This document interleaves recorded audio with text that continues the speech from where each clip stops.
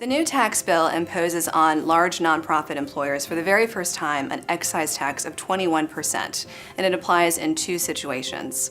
The first is if the nonprofit pays any of its top 5 executives more than $1 million in annual compensation.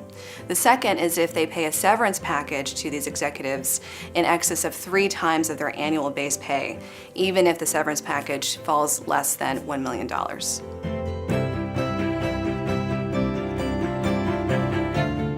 To determine if the tax applies, nonprofits need to look at not only salary paid to these executives, but also any kind of compensation that is not subject to the substantial risk of forfeiture. This means that it includes pay due under a deferred compensation plan, so a close look at the method of compensation is important.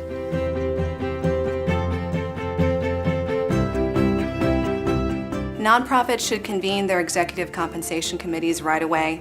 There is unfortunately no grandfather clause or transition period baked into this tax bill to allow time to adjust, and they might consider adopting policies that allow the nonprofit to unilaterally reduce or modify this compensation to avoid the excise tax or mitigate its impact. There's enough gray area in this law that we anticipate more rulemaking from the IRS.